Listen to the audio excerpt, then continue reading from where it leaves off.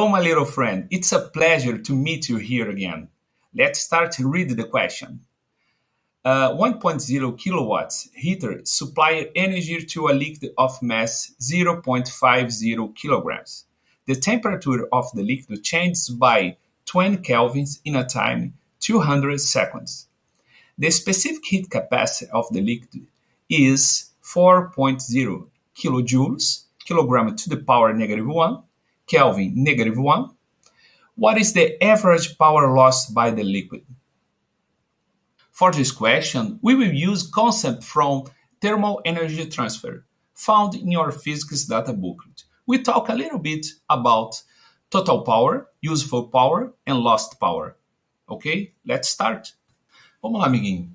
Vamos partir agora para uma leitura um pouco mais técnica. Vamos anotar os dados da questão, onde a gente descobre o que a questão nos deu, qual é a pergunta principal, se tem algum conflito de unidade.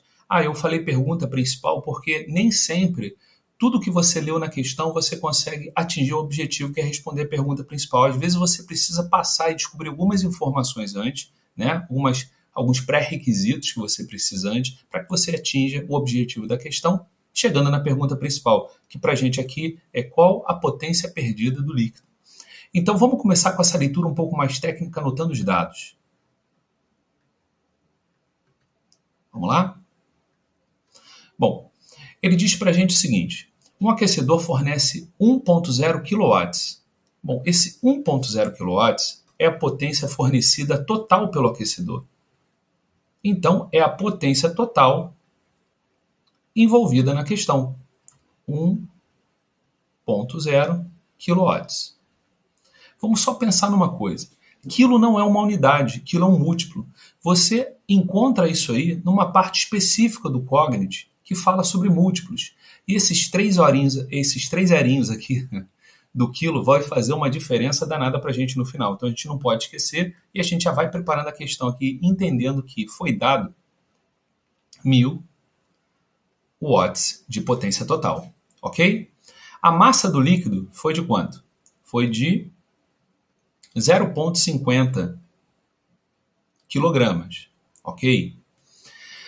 Bom, a temperatura do líquido muda em 20 kelvins, então a variação de temperatura foi de 20 kelvins em um tempo de 200 segundos. Então, o intervalo de tempo para isso acontecer foi em 200 segundos.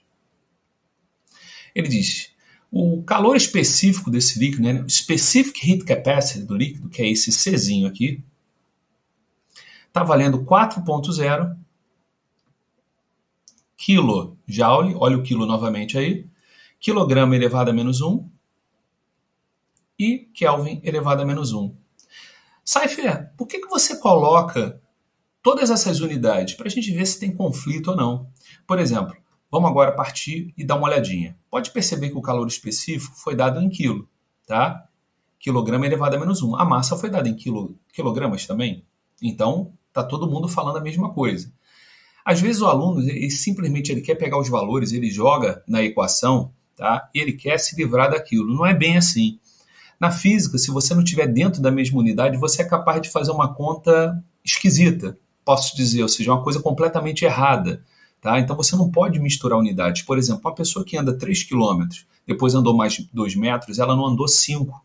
Essa conta não dá 5. Muito embora 3 mais 2 seja 5, 3 km com 2 metros nunca vão dar 5. Então a gente tem que sempre ter esse cuidado, né? Esse pré-requisito de olhar as unidades que foram dadas, se elas estão batendo, se eles estão falando a mesma unidade, tudo que foi dado na questão. Pode perceber que aqui agora também no calor específico, no Specific Heat Capacity, ele deu Kelvin e a variação de temperatura foi em Kelvin. Agora tem uma questão, né? Quando você olha para o calor específico, o Specific Heat Capacity, ele fala em Joule. Bom, Saifa, eu não estou vendo Joule. Tem Joule na questão? Tem. Quando você fala watts, vamos revisar aqui agora num cantinho, ó, a unidade watts é uma unidade de potência, tá? Então, o que ela é? Ela é Joule dividido por segundos.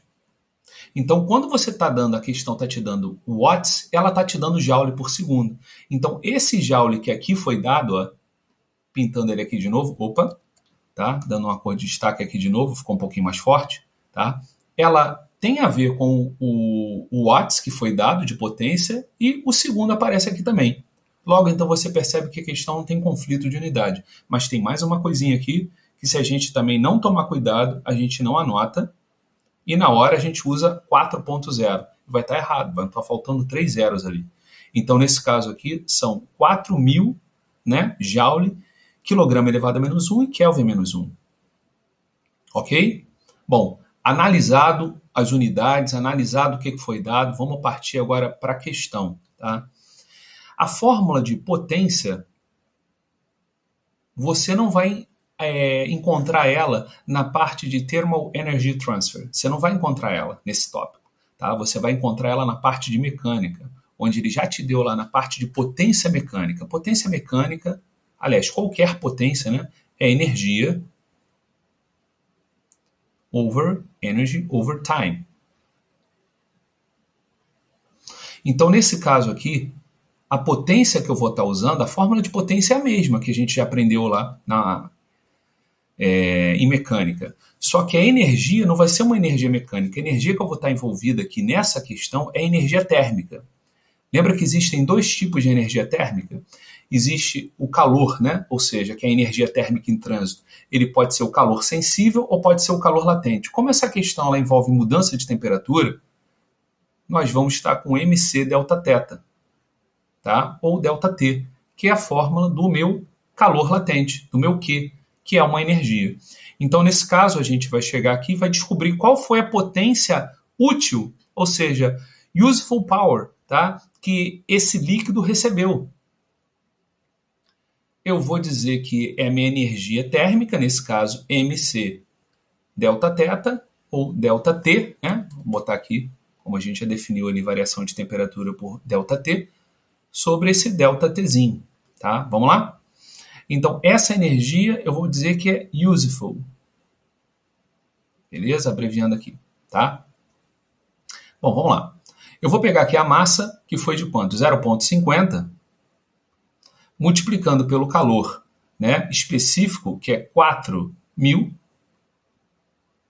vezes a minha variação de temperatura, que foi de 20, dividido por um tempo, que foi de 200 segundos.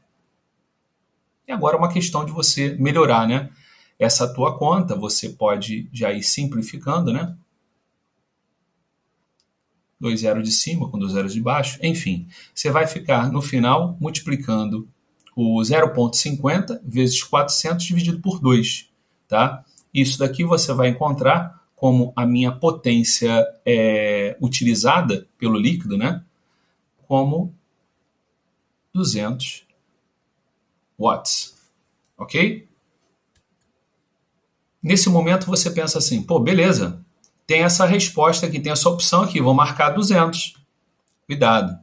Essa é a potência que o líquido recebeu, não é a potência perdida. Se eu tenho uma fonte que está me dando 1.000 watts de potência e eu estou usando 200, eu estou perdendo quanto, então? Tá? Então, marcar a letra C é um descuido que você simplesmente precisa entender o que a questão está pedindo para você. Eu sei que potência total é igual a potência útil mais a potência perdida. Tá? Se eu tenho a questão me dá 1.000 de potência total, a potência útil é 200, quanto que eu vou descobrir de potência perdida? A minha potência perdida, nesse caso, vai ser de 800 watts. Ok? Ou seja, gabarito dessa questão, letra B de bola. Ok, gente? Ficamos por aqui nessa questão. Até a próxima.